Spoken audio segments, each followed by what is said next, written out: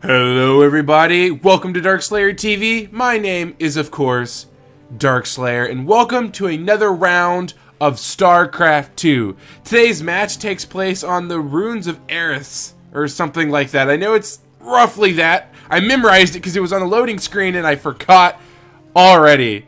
But regardless, this will be a platinum dash diamond level game.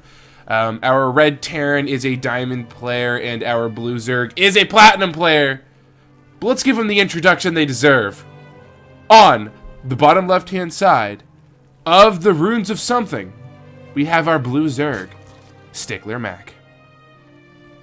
And spawning at the bottom right hand side of this map is the one, the only, the barcode, the legend, the random player, the BMer, the most polite guy ever.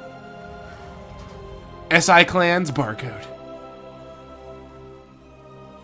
So, before we hop into this game, and this time I'm going to pay attention to make sure there's no crazy pile-on cannon rushes or anything crazy that I'm missing. However, I would like to say that I have an idea, because I'm running out of replays. I have a few more to cast, and then I'll be out, because I haven't been receiving that many.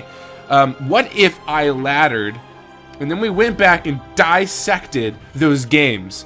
We went back and we said, what did each player do right? What did each player do wrong? And how can we improve? And if I get good at that, what if I could have people send in their replays and I do that for them as a weird form of coaching, but at the same time teaching everyone as a whole that watches the video? Yeah, see that? I don't know. We'll see. But anyways, what is our Zergy player doing? Our Zergy player went for a hatchery first into gas into pool. So we're going to be seeing that early speed coming out of SticklerMan and probably trying to do as much damage as he can to our Terran player pretty early on, you know, to make sure that, that no Reaper does any damage. So also a defensive purpose, but also to get over here and harass this natural if he can get in there, harass the third base if he can get over there. But I don't know if our Terran player is actually going to send over a Reapers. He's already got 2 Marines and another one on the way. It doesn't look like he is opting to go for that, as the second gas just finished up there. And he only has 1 worker in each. I'm not sure if that's intentional or he's just not quite on top of that. But I don't think we're going to be seeing anything super aggressive out of our Terran player. But right as I say that, we have 3 Raxes. 1 down and 2 more being built. And as we know from about 2 games ago, that tends to mean that we have a huge amount of aggression on the way from our barcode player, so we're going to have to see. The Lings are going to make their way across the map now, and hopefully the number of Marines that the barcode player has will give our Zerg player a hint as to the aggression that could be coming his way. But fortunately, as I said earlier, he is getting that quick speed, so that will help him defend. The Lings are now going to cause as much trouble as they can, actually getting an STV kill and stopping this bunker, and this bunker may have to be canceled. The Marines are going to come out and try to defend, and they do get 2 of the Lings really fast, and oh no, no micro away there by SticklerMac. So not only does the bunker not go down, he loses the 4 Lings there, so he's not going to be able to scout or see up this ramp and see just the number of barracks that are going to be producing units, let alone anything else. He does send up 2 more Marines, or 2 more Lings, and does see a handful of Marines. So hopefully this is somewhat of a small tip that aggression could be coming from our barcode player. Zerg is going to go ahead and take a 3rd base, though. SticklerMac not exactly terrified by the number of Marines, and is going to throw down that Roach Warren, which is a good call, because Marines alone are very bad against Roaches.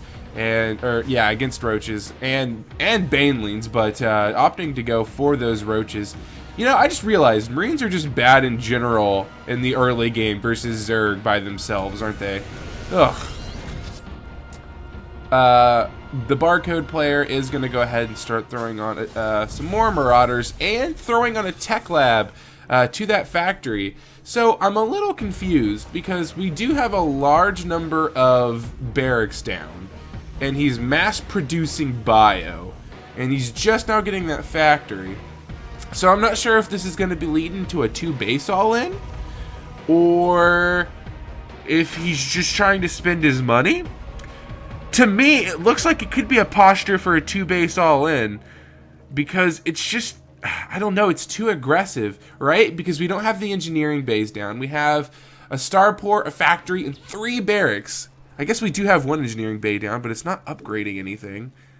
Having a bit of a gas crisis as he's just now adding them down here in the natural, so not 100% sure what our Terran's plan is, but our Zerg player, with his 3rd base coming up and adding on the addition of those roaches, we might be able to see some aggression coming out of him soon, because when you build these kinds of units as Zerg, when you haven't been attacked, it typically means that you want to do something with them, because most Zergs want to stay back, build up some bases, get those drones out, but you know, that's not what SticklerMac is doing. He's getting those Ravengers, adding more roaches, and it looks like we may see a big push here come from SticklerMac, which would be the opposite of what I expected, considering our Terran player is getting out a lot of units fairly quickly and taking his 3rd awfully late.